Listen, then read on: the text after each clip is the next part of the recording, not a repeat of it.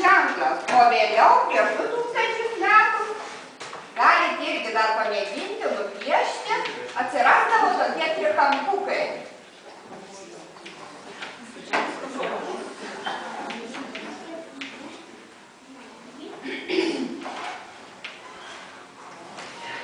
Ir tų trikampukų kuo daugiau gausėjo, tuo buvo šita lentelė turėjo mažiau metų.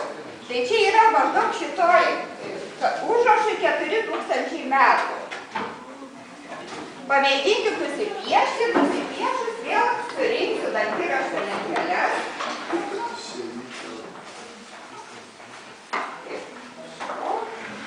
Nes visą dantiraščio raštą bandyti iššifruoti ir nupiešti, tai būtų labai sunku ir labai ilgai tektų piešti.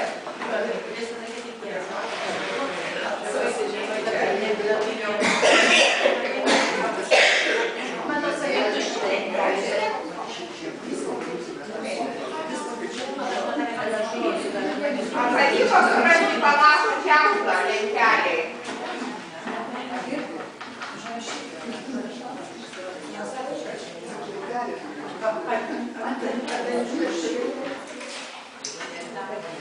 Surenku dantiraštį.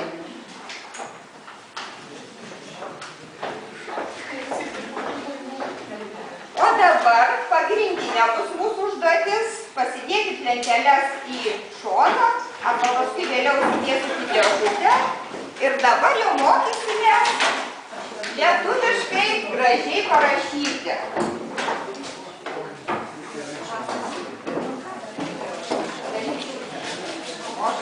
Padalinsit kiekvieną ant lapelio, o iš penalo pasiimkite po plunksnakotį.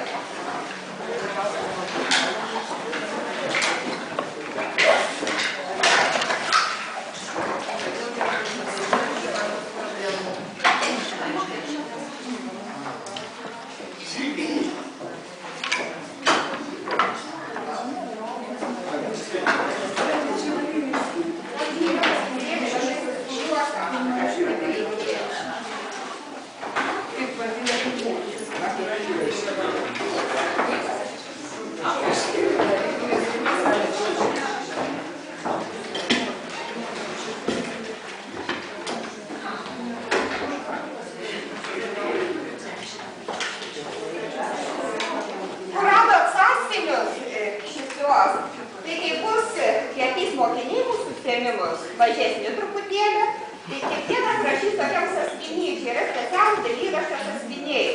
Gale sąskinio yra įdėtas pavyzdėlis raidžių, kuriuos jūs galite susirasti savo sąskiniuose, o sąskinio gale yra sugeriamas popierius.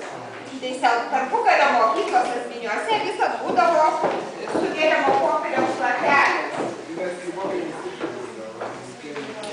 Dabar, kas dar neturit rašalinių, rašysit su rašalu, pasimirkydami.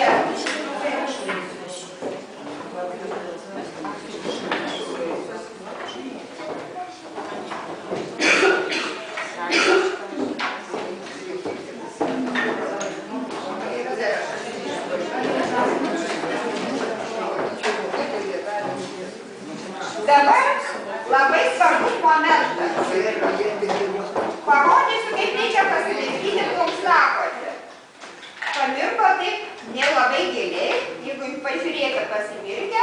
Jeigu lašas pakimba po plunksną, tada reikia nubraukti rašalinės kraštelį. Tai pasimirkot ir pagal pavyzdį